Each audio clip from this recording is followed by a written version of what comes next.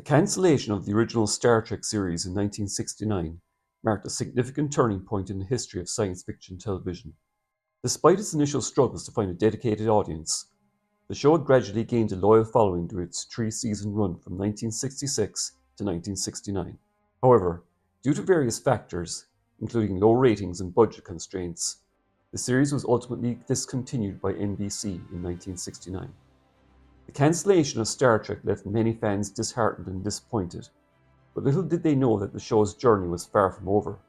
In the years following its cancellation, the series experienced a remarkable rise in popularity, primarily driven by its syndication on local television stations. The reruns of Star Trek allowed a new generation of viewers to discover the show's unique blend of science fiction, adventure, and social commentary. During the 1970s, Star Trek's popularity continued to soar, fueled by fan conventions, merchandise sales, and the release of tie-in novels. These events and publications helped solidify the show's cult status and fostered a vibrant fan community that eagerly embraced the Star Trek universe. The fan-driven enthusiasm for the series played a crucial role in keeping the spirit of Star Trek alive during its absence from the small screen. As the 1970s progressed, the demand for new Star Trek content grew louder. Recognizing the immense potential of the franchise, Paramount Pictures decided to resurrect Star Trek in a new format, a feature film. This led to the creation of Star Trek: The Motion Picture, released in 1979. Despite less than enthusiastic reviews from fans and critics, the movie paved the way for a long-running series of feature films starring the cast of the original series, The Next Generation, and the reboot series starring a new younger cast of the original characters. There are a lot of major sci-fi franchises that I like: Star Wars, Babylon 5, Stargate, Farscape, but Star Trek, particularly the original Star Trek, is the one that's very dear to my heart. I grew up watching reruns of the original series, and although too young to have caught most of the movies on the big screen, I have very fond memories of watching them on television. It seemed that there was always a Star Trek movie on Christmas Day for some reason. While I enjoyed the original series a lot, it was the movies that really made me a Star Trek fan for life. Seeing Admiral Kirk go through a 4-movie story arc of him getting his captaincy back, along with his best friends, no, check that, his brothers in arms, Spock, McCoy, and the rest of his loyal crew, just really spoke to me. Yes, I enjoyed the action, the special effects, but I was really drawn to this universe where mankind had, mostly, solved their own problems. Of course, The Next Generation, which I also became a big fan of, got their own movies beginning in 1994, and the entire franchise got a reboot, or so we thought, with the release of J.J. Abrams' Star Trek in 2009. Now, I've already gone over each Star Trek movie individually in great detail in my in-depth review series, but here I'm going to rank my favourites in order of least favourite to my absolute favourite. That's a lot of favourites in one sentence. Number 13, Star Trek Generations. There's no question about it. The early 90s saw the popularity of the Star Trek franchise at its peak. The Next Generation TV series was a bona fide phenomenon, introduced a huge new audience to the franchise, and ran for a very successful 7 seasons. With the classic movie cast having retired in 1991's Star Trek VI: The Undiscovered Country, it was expected that the TNG cast would have further adventures on the big screen after the conclusion of the TV series. The film would be a transitional one of sorts, with William Shatner's Kirk finally coming face to face with Patrick Stewart's Captain Picard, something fans had wanted to see for ages. The movie itself, however, is, despite not actually being terrible, a bit of a mixed bag, and disappointing considering its potential. The time travel plot where the two captains finally get to meet doesn't make a lot of sense, even by Star Trek standards. The film also betrays its TV roots. Screenwriters Ronald D. Moore and Brannon Braga were veterans of the TV series, but had never worked on a movie before, and it shows. On top of the main plot of the Enterprise D crew investigating the Nexus, a space anomaly that bends time and space, the film has a B-plot which is just there to service Brent Spiner's extremely popular character Data, where he installs an emotion chip to experience what it's really like to be human. The downside to all this is that much of the movie feels like a standard episode of TNG, where a few characters are highlighted, but most of the cast don't get to do very much. In a movie, you only have so much screen time to tell your story. The movie also put its budget in all the wrong places. They go to the expense of filming a holodeck party at sea for Worf, for no good reason, but skimp on the budget for other sequences, like the space battle between the Enterprise and the Klingon bird of prey. In fact, it seems like they ran out of budget to the extent that they reused stock footage of the Enterprise from the TV series, and the bird of prey blowing up from the previous movie. Whatever you think of the other movies, they at least didn't resort to using stock footage for the TV series. Other movies, maybe. What should have been rip-roaring adventure is dull, and a lot of the movie is quite depressing actually, as it deals with Picard losing his extended family off-screen. The movie does have its good moments. Kirk and Picard meeting for the first time is great, just for how offbeat and unexpected it is. And William Shatner is on great form here, and pretty much steals the movie, despite his limited screen time. In fact, the opening 15 minutes as Kirk, Chekhov, and Scotty get involved in a rescue mission aboard the Enterprise B in the 23rd century is the best part of the film. I have to highlight the amazing crash sequence of the Enterprise D, which is still impressive to this day, thanks to a great combination of CG and miniature effects. Overall, however, the movie is disappointing. Kirk's death, while not unexpected, doesn't have the same impact or emotional impact as Spock's death in Wrath of Khan. Generations is not a bad movie overall, but it's at the bottom of my list of favourite Star Trek movies. Number 12. Star Trek Insurrection. Not that I want anyone to think I dislike the Next Generation movies overall. I have some very positive things to say about them in a few minutes, but Insurrection is at the end of the day just a pretty decent extended episode of Star Trek The Next Generation. After the dark and horrific elements of First Contact, this was the creators' attempt at making a more lighthearted and romantic Star Trek movie, and in fairness, they succeeded in that aspect. The plot where Picard and the Enterprise crew defy orders from a Starfleet admiral to protect a small planet of people from being forcibly removed so that the evil sonar rays can obtain the planet's life-extending radiation has a lot of potential, but unfortunately, the film's creators play it very safe. While the idea of Picard and his crew going rogue is a great one, they only end up disobeying one Starfleet admiral, who himself is colluded with the Sona to forcibly move the Baku from their planet. While this has been sanctioned by Starfleet, it's Admiral Dougherty who goes too far, giving the Sona the go-ahead to attack the Enterprise. And let's face it, Picard basically disobeyed orders of a Starfleet admiral in the previous movie First Contact, and didn't suffer any consequences that we saw. Since Admiral Dougherty doesn't have a ship of his own, he's a guest of the Sona during the whole movie. What would have made Picard going rogue in this film interesting is if the Sona were not involved at all, and the crew were up against fellow Starfleet officers. Imagine how dramatic it would have been if the Enterprise had been forced to fire on Federation starships to defend both itself and the Baku people.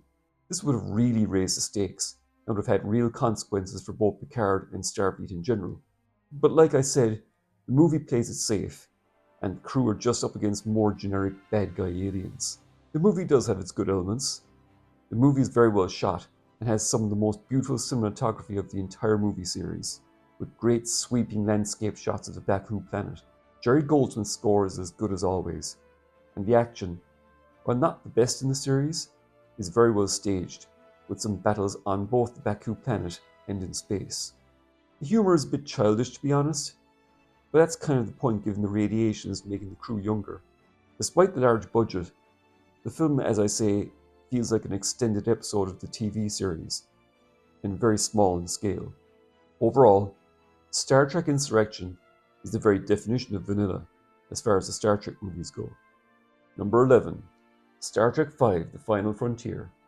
Star Trek V: The Final Frontier, also known as Shatner's Folly, according to its more harsher critics, is widely regarded as one of the worst films in the series, if not the worst.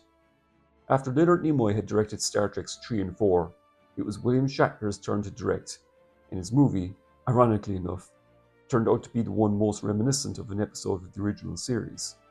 The film's plot, where a renegade Vulcan hijacks the Enterprise and sets it on a course for the center of the galaxy in an effort to meet God, is preposterous, even by Star Trek standards. Also, this plot is very reminiscent of one of the worst episodes of the original series, The Way to Eden. Like The Way to Eden, Star Trek V even has a lot of singing. At least it's not hippie music, with the humour being a key ingredient in the huge success of the previous movie, The Voyage Home. Shatner was encouraged to include more of it here, but although there are several genuinely funny moments, the humour feels forced and falls flat. What really sabotages Star Trek V, though, are the visual effects. This movie came out 10 years after the motion picture, and that movie's effects look better than Star Trek V's, even before its special edition restorations in 2001 and 2021.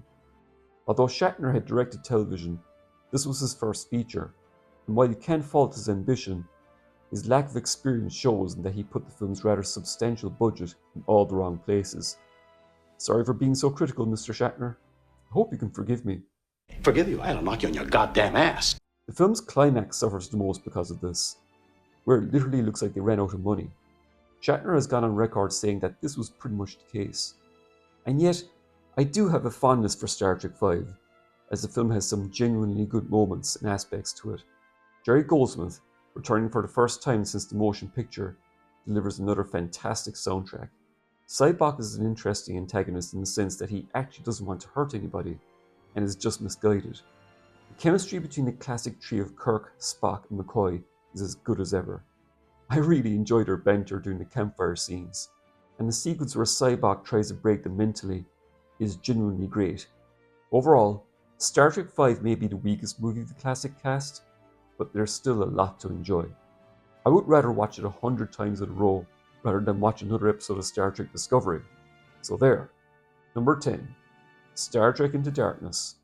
Into Darkness, the middle movie of the Kelvin Timeline trilogy of Star Trek films, is one of the most controversial, with director J.J. Abrams' 2009 Star Trek reboot appearing to give the writers free rein to dispense with the previously established continuity and do whatever they wanted.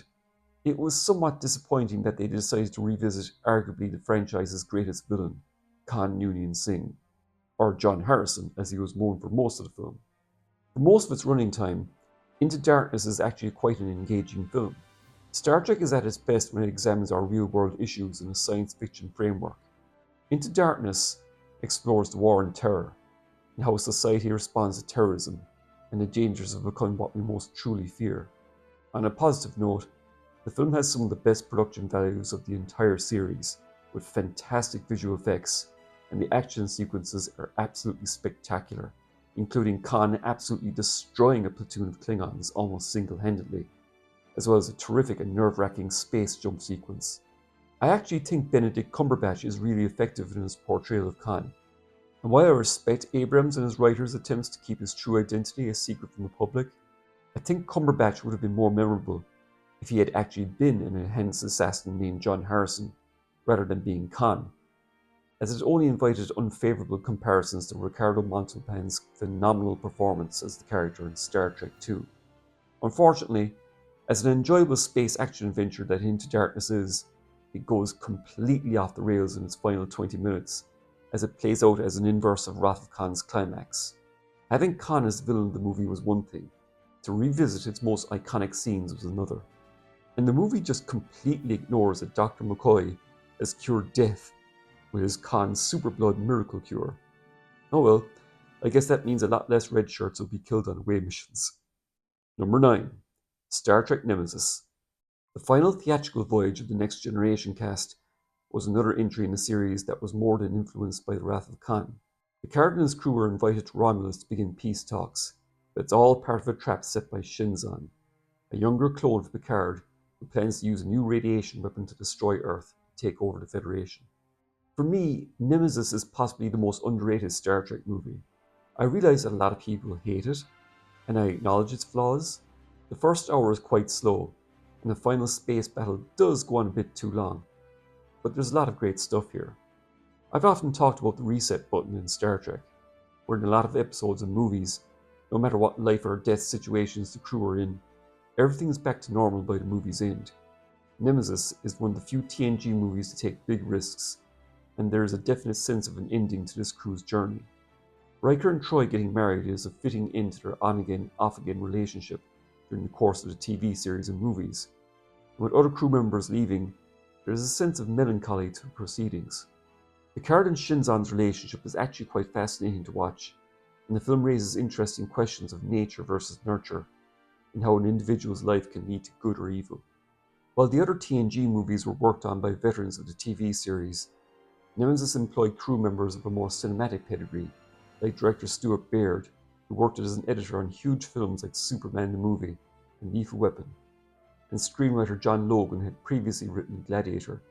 The result is one of the most action-packed and thought-provoking Star Trek films ever made. Where the film trips up, like Into Darkness 11 years later, is in the film's final 20 minutes, as it almost beat for beat copies Wrath of Khan's climax. There are a lot of character-driven deleted scenes that were cut from the film, much to the cast's chagrin. The result is a film that concentrates on Picard and Data, while the rest of the cast don't get to do that much. So overall, while Nemesis is somewhat of a disappointment, it's still a very worthwhile Star Trek film, and although it would be over 20 years to wait for, the Next Generation cast would finally get the great send-off they deserved in Season 3 of Star Trek Picard. Number 8. Star Trek Beyond. The final adventure for the cast of the Kelvin timeline versions of Captain Kirk and his crew, led by Chris Pine. While the Star Trek franchise had been rebooted with great success in the 2009 film directed by J.J. Abrams, the follow-up film Into Darkness, while financially successful, was divisive amongst hardcore fans. Beyond, directed by Justin Lin, who was most well known for the Fast and Furious series, was chosen to direct. It may have seemed an odd choice to get someone known more for fast cars than starships, but Lin, as it turned out, was a massive Star Trek fan, and it really shows in Beyond. For the first time in a long time in the Trek movies, Beyond feels like a true interpretation of the original series, but with a massive budget. The crew are finally in deep space, far away from Earth, and truly going where no one has gone before. Lin brought a lot of original ideas to the franchise with this film. The movie is full of unique ship and alien designs, and doesn't rely so much on what had been established in the franchise previously. The movie also isn't afraid to take some massive story risks. The Enterprise itself is destroyed in the film's first half hour, and the crew are separated for most of the film. This particular cast of actors has always worked well together, and here, in only their third movie, you really get a sense that these people have served with each other for a long time.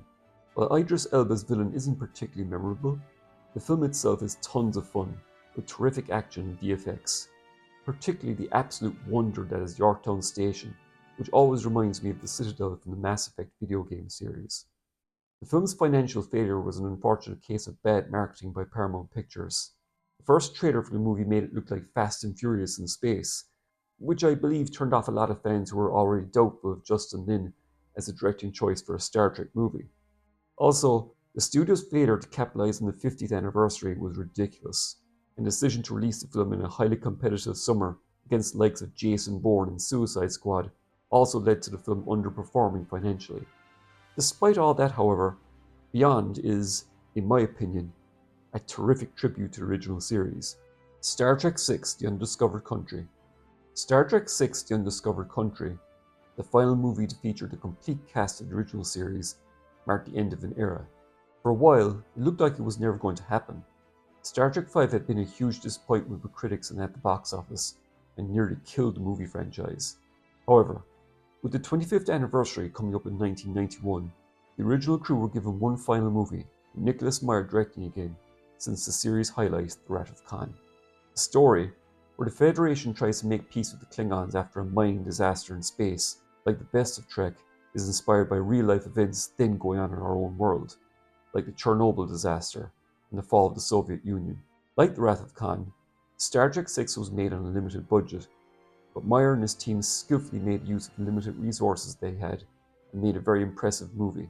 Industrial Light and Magic, the effects team who had worked on several Trek films but were absent on Star Trek V, were back here and produced some terrific VFX which still hold up today, like the opening shockwave sequence and the assassination of the Klingon Chancellor in Zero Gravity.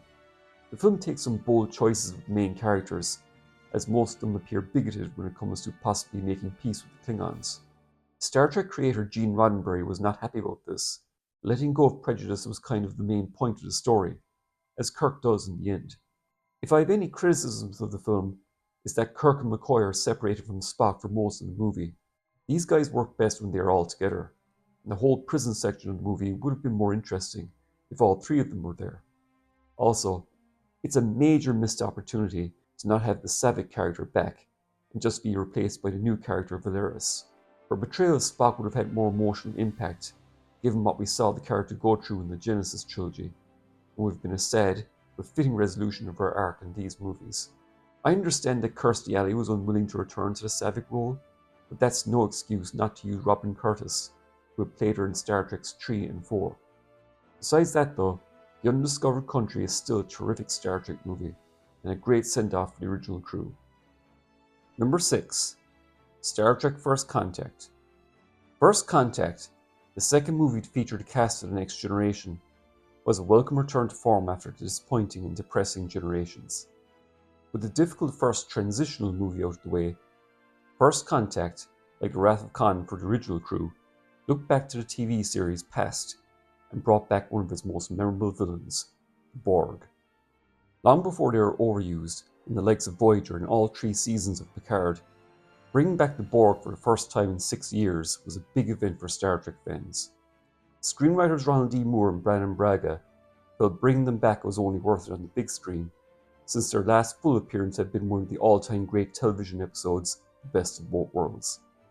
The movie itself is a mix of some of the franchise's most popular and influential episodes and movies, like classic Trek's City on the Edge of Forever and Tomorrow is Yesterday, as well as classic movies like Moby Dick, and particularly Aliens, with its depiction of the Borg Queen. This is a much more focused and better paced film than Generations with high stakes. The film begins with the Enterprise crew fighting off a Borg invasion, and subsequently following them back in time to prevent them from changing history. The new ship and uniform designs are terrific, and Jonathan Frakes' direction is very solid, proving he was more than just a good TV director. The movie's big budget meant a significant upgrade for the look of the Borg, to make them more alien and frightening. This is as close as the movie's got to being a full-on horror movie. The corridor fight in particular is very graphic and scary, and very reminiscent of the Hive battle with the Marines and Xenomorphs and Aliens, which Frakes has said was a clear influence on the movie. Picard is a very compelling arc in this one, as he himself is basically the Khan of this story, obsessed with revenge on the Borg to the point that he's willing to put his crew in unnecessary danger. This is a really unresolved issue for Picard from the TV series, and Patrick Stewart gives one of his best performances here. The movie's subplot on Earth where Riker and the rest of the crew is a bit of a mixed bag, to be honest, and is really there to provide some comic relief from the intensity of the Borg storyline in the ship. But there are some genuinely funny moments here, such as Counselor Troi getting drunk, to the point that she acts and sounds like Marina Sirtis in real life. Alice Krige gives a terrific performance as the Borg Queen, but as I said in my full review, I don't think the character was strictly necessary. I've always thought that the Borg were more scary when they were this faceless hive mind that kept on coming, no matter how many of them the crew killed. This is one of the more popular movies of the franchise for more casual fans, as like The Voyage Home, people enjoyed the time travel aspect, which allowed the film to showcase characters that were more relatable to our then current time. The movie is one of the most action-packed in the series, with the deflector dish battle being a true highlight. But for me, the movie's best scene is the now iconic "the line must be drawn here" scene between Picard and Lily in the ready room. Stewart is just on fire here, but I think an underrated aspect of the scene is composer Jerry Goldsmith's subtle and nuanced music, which goes from quietly tense to the relief of the absolutely beautiful First Contact theme, which is one of his best for the franchise. Overall, First Contact is easily the best of the Next Generation movies. Number 5. Star Trek.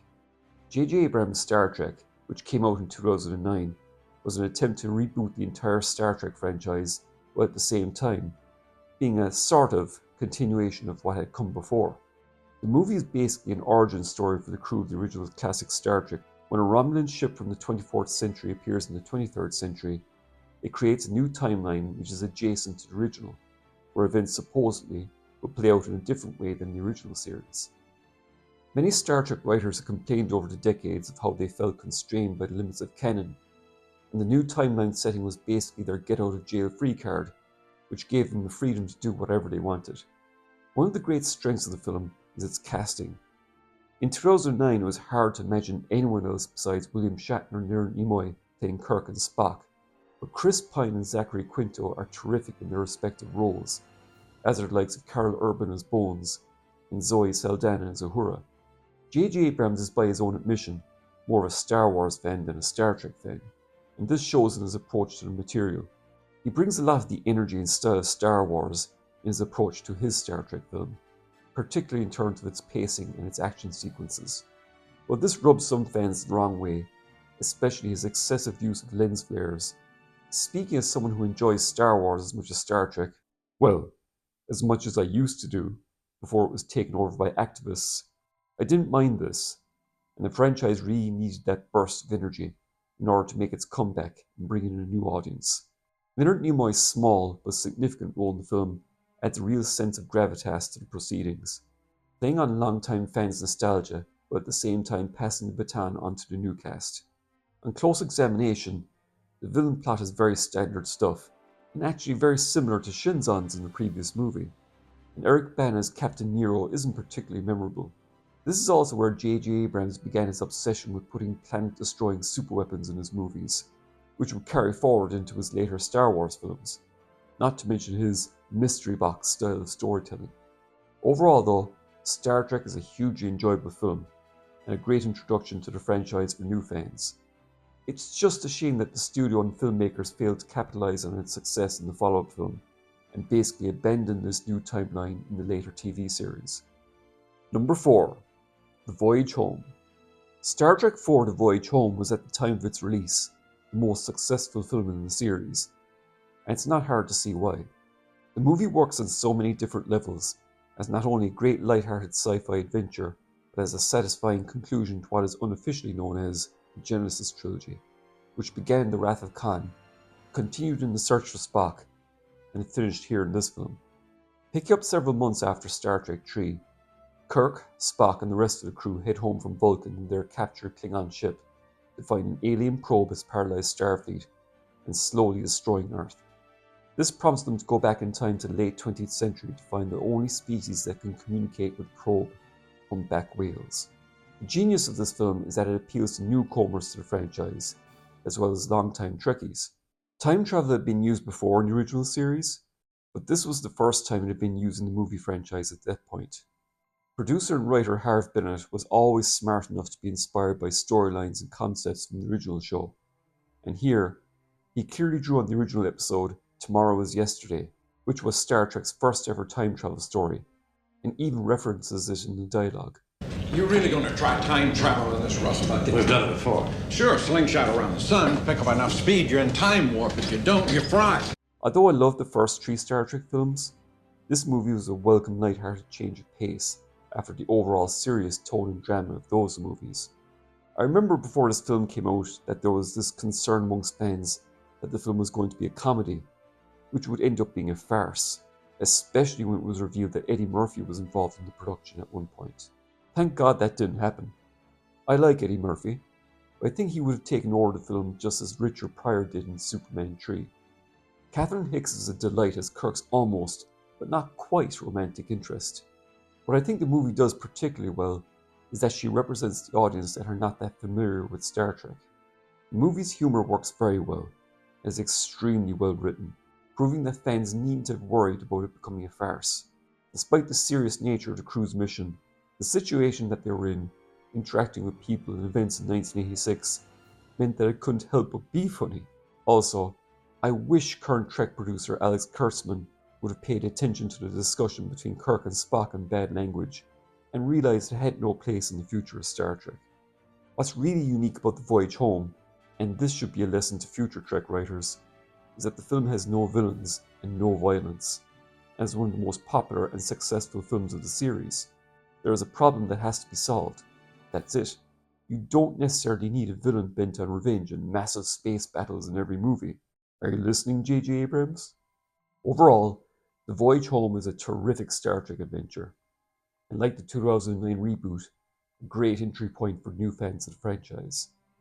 Number 3. The Search for Spock. Star Trek III The Search for Spock had the unenviable task of following on from the brilliant Wrath of Khan, but it also had to bring Spock back in a meaningful way without taking away from how well his death was depicted in the previous film. It's no secret that Leonard Nimoy had difficulties dealing with Paramount over the years, and had agreed to be killed off in the previous film as he had grown tired of the role, as depicted in his book, I Am Not Spock. However, Nimoy had a good time filming Star Trek II, and has stated that by the time he was filming Spock's death scene, he seemed to have changed his mind regarding his involvement with Star Trek. Directing was the next logical, no pun intended, step in his return to the franchise. Star Trek 3 for me is one of the most underrated films in the series. While it doesn't quite reach the heights of Wrath of Khan, that's a pretty tall order, and the film is a more than satisfying follow-up. If Star Trek 2 is about aging and new beginnings, Search for Spock is about friendship and sacrifice. Kirk and his crew risk their lives and their careers for their fallen comrade, and this is the one movie in the series that really hammers home how much they are family more than work colleagues. The big three of Kirk, Spock, and McCoy were always the main stars of classic Trek, but what I love about this one is that the supporting cast of Sulu, Scotty, Uhura, and Chekhov really get to shine here. They risk everything for their friends without hesitation. This movie also saw the first appearance of one of the coolest ships in the franchise, the Klingon Bird of Prey. 40 years later, it's still an amazing looking ship that is still used in various spin-offs today. The Klingons, who were regular villains in the original series, finally made their long-awaited comeback in this film. Christopher Lloyd is surprisingly great as the villain Krug.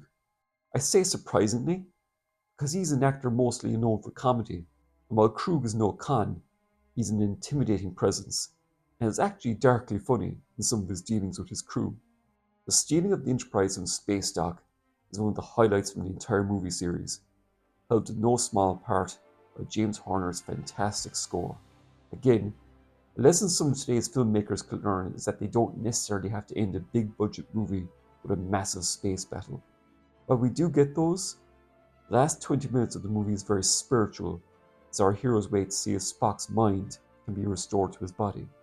We're so invested in the characters at this point that it's such a joyous moment when Kirk and Spock are truly reunited at the end, proving that all the crew's sacrifice was worth it. It's my favourite ending to any of the movies, and never fails to make me smile. Number 2. Star Trek the Motion Picture. There was a time many years ago that Star Trek the Motion Picture was considered one of the weakest movies in the series. Released 10 years after the cancellation of the original show, and following several attempts at relaunching the series as a new show called Star Trek Phase 2, the success of George Lucas's Star Wars convinced Paramount to turn the project into a movie. After a difficult shoot, cost overruns, and a race to finish editing the film for its Christmas 1979 release, the resulting film was considered overlong, dull, and far too reliant on special effects. In the years since, though, the motion picture's reputation has grown, due in no small part to, at first, Robert Wise's director's cut released in 2001, and more recently, a completely restored 4K special edition for its 40th anniversary. The motion picture is unlike any other Star Trek movie, given its huge epic scope, and doesn't rely on over-the-top villains or space battles, with it having more in common with Stanley Kubrick's 2001 A Space Odyssey. It's a cerebral and thought-provoking film, and the special edition recut enhances those human moments that were lost in the theatrical cut. The highlight of the movie for me is, once again, Jerry Goldsmith's incredible soundtrack, one of the highlights of his very long career. And although some criticize the length of sequences like the crew's journey into the V'ger cloud and Kirk's extended shuttle tour of the Enterprise, I absolutely love them and wouldn't change a second. While Star Trek 2, 3, and 4 form what is unofficially referred to as the Genesis trilogy, the motion picture begins a story arc for Kirk that will finally be resolved at the end of the voyage home. I've gone from thinking this movie is merely good to absolutely loving it over the years. Like a fine wine, Star Trek the Motion Picture just gets better with age. However, as far as the best movie in the series goes, to borrow a tagline from the motion picture, there is no comparison. Number 1. The Wrath of Khan. The Wrath of Khan remains, for me, not just the best Star Trek film ever made, but one of the best movies of all time. Coming off the financially successful but critically divisive first movie, Paramount wanted a sequel, but one that cost a lot less than the motion picture, which was extremely expensive to make. Harve Bennett, a veteran producer of TV series such as The $6 Million Man, was used to working on tight schedules and budgets, and unlike certain producers working on Star Trek today, did his homework by watching every single episode of the original Star Trek show. The character of Khan, played by Ricardo Montalban in Space Seed, caught his attention, and he and director Nicholas Meyer crafted a story where Khan would come back looking for revenge on Captain Kirk for exiling him on a desolate world 15 years prior. I'll chase him round the moons of Nibia and round the Antares maelstrom and round perdition's flames before I give him up. Star Trek II is an object lesson on sequel making. Despite having the lowest budget of the movie series, producers put their money where it counts, and over 40 years later is still one of the greatest space adventure movies ever made. Everything from the sharp, literate screenplay to the terrific performances of everyone involved is top class all the way. While there is plenty of action, the film delves into deep and meaningful themes such as revenge, aging, friendship, sacrifice, and new beginnings. While William Shatner was always a dynamic presence as Kirk, he's never been better than he was here, thanks to Meyer's excellent direction. But it's Ricardo Montalban who steals the show, delivering possibly the greatest performance of his long career. He plays Khan as an obsessed Moby Dick type, and even quotes the novel several times. Despite being in his 60s at this point, Montalban is an extremely terrifying physical presence. Watching the film again recently, it's amazing that besides the Ceti Alpha scene at the beginning, every other scene he's in is on the bridge of the Reliant. The initial space battle between the Enterprise and the Reliant is one of the most nerve-wracking scenes in movie history, expertly edited and scored. Speaking of the music, James Horner manages the unenviable task of following in the footsteps of Jerry Goldsmith's score for the motion picture, with a soundtrack that is every bit as good, or arguably even better. Spock's demise is still one of the most emotional scenes in movie history. Despite the character's resurrection in the next film, if this really had been the end, it would have been a great send-off. I've said this before, but the only criticism I have of Star Trek II is that Kirk and Khan never have a face-to-face confrontation, but this is still an otherwise perfect Star Trek movie that is unlikely to be bettered anytime soon. It just goes to show that it's not how much money you can throw at a movie's special effects budget that counts, it's the writing, direction, and performances that counts. Star Trek II The Wrath of Khan is quite simply a masterpiece, and the best Star Trek movie ever made. And there you have it. That's my ranking of all the Star Trek movies worst to best. What do you think? Did you agree with my rankings? Please feel free to post your own list down below. And if you enjoyed this video, please give it a like. Consider subscribing if you haven't done so already. Share it with your friends. Click the bell for notifications. And I'll see you all next time. Bye for now.